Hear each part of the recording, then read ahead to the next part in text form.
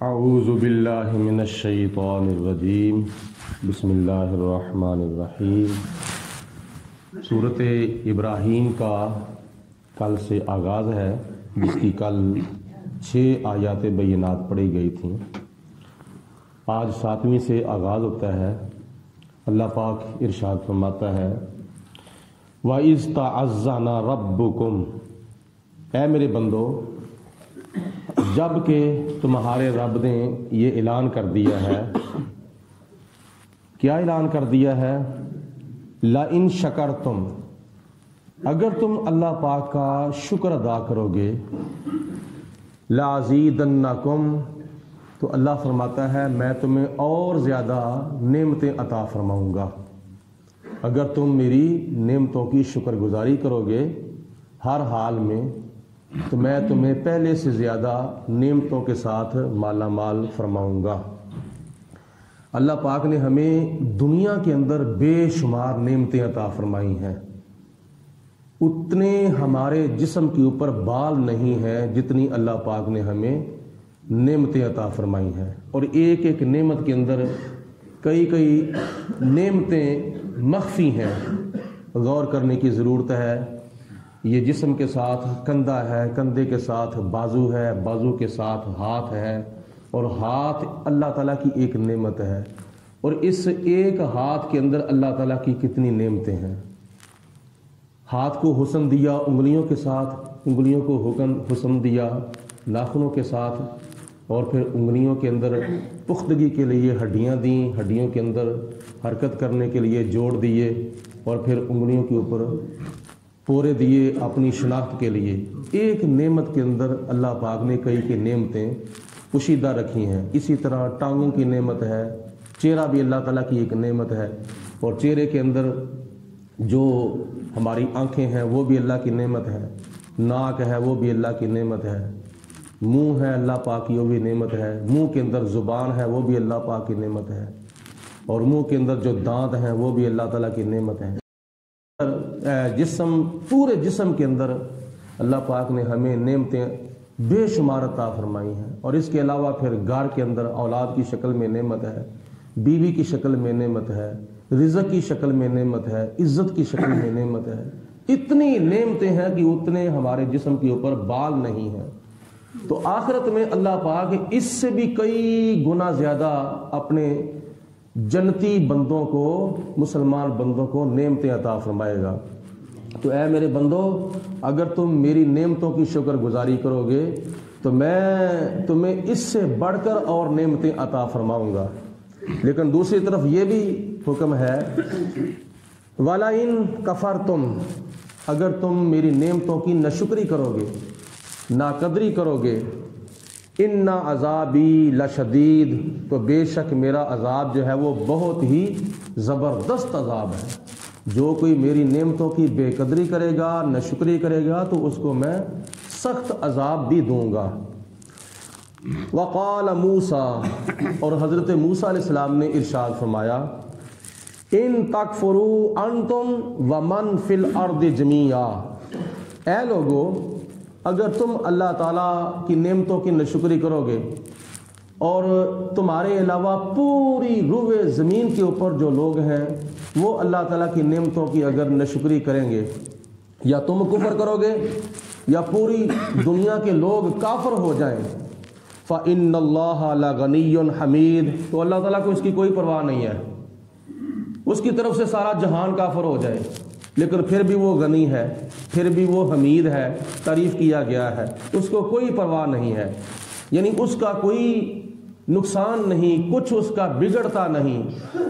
اگر ساری دنیا سجدے میں پڑ جائے تو اس کا زیادہ کوئی فائدہ نہیں ہے، اگر ساری دنیا اکڑ جائے، متکبر ہو جائے، مغرور ہو جائے، کافر ہو جائے، اس کا پھر بھی کوئی نقصان نہیں ہے، وہ پھر بھی خدا ہے۔ تو اس میں فائدہ یا نقصان تمہارا ہے۔ اگر تم اللہ پاک کی بارگاہ میں جھک جاؤ گے تمہارا فائدہ ہے دنیا کا بھی اور آخرت کا بھی، اگر نہ جھکو گے تمہارا دنیا کا بھی نقصان ہے اور آخرت کا بھی نقصان ہے۔ الم یاتکم نبأ الذین من قبلکم، اے لوگوں کیا تمہارے پاس ان لوگوں کی خبریں نہیں آئیں جو تم سے پہلے ہو چکے ہیں؟ وہ کون ہو چکے ہیں؟ قوم نوح، حضرت نوح علیہ السلام کی قوم گزر چکی ہے، وعاد، اور حضرت ہود علیہ السلام کی قوم عاد گزر چکی ہے، وثمود، اور حضرت صالح علیہ السلام کی قوم سمود گزر چکی ہے۔ یہ تینوں قومیں بڑی ضدی اور سرکش قومیں تھیں، قوم نوح، قوم عاد اور قوم سمود۔ کیا ان قوموں کی خبر تمہارے پاس نہیں پہنچی؟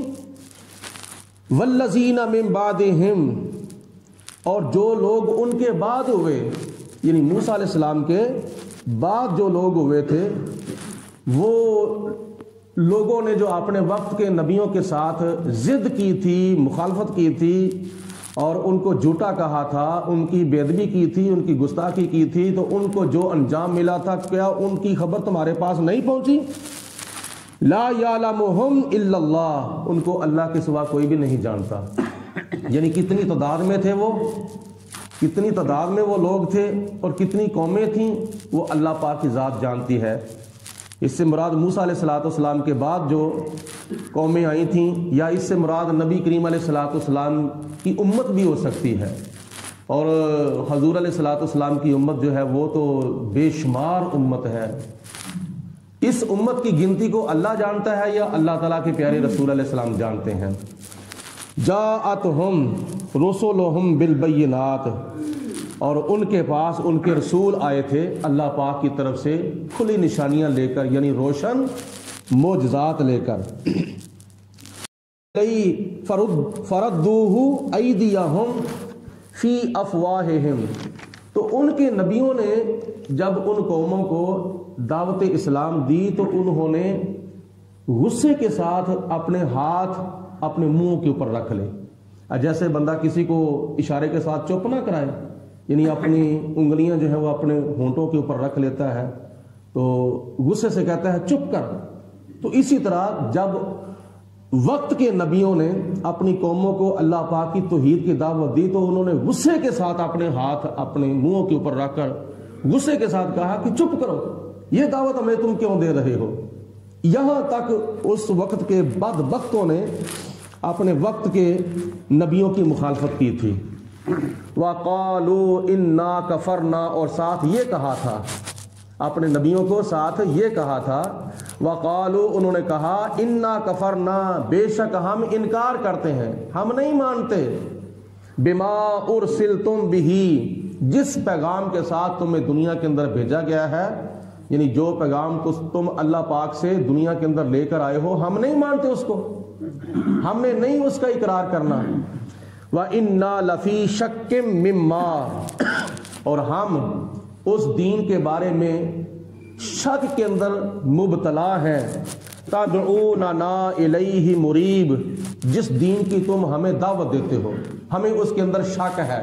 کافروں نے اللہ کے نبیوں کے دین کے اندر شک کیا، لیکن جنہوں نے کلمہ پڑھ لیا انہوں نے پھر شک نہیں کیا تھا، بلکہ پکا یقین اور پکا اعتقاد رکھ لیا تھا۔ تو یہ تھی پہلی قوموں کی ضدیں اور سرکشیاں اور حکم عدولیاں اپنے نبیوں کے ساتھ۔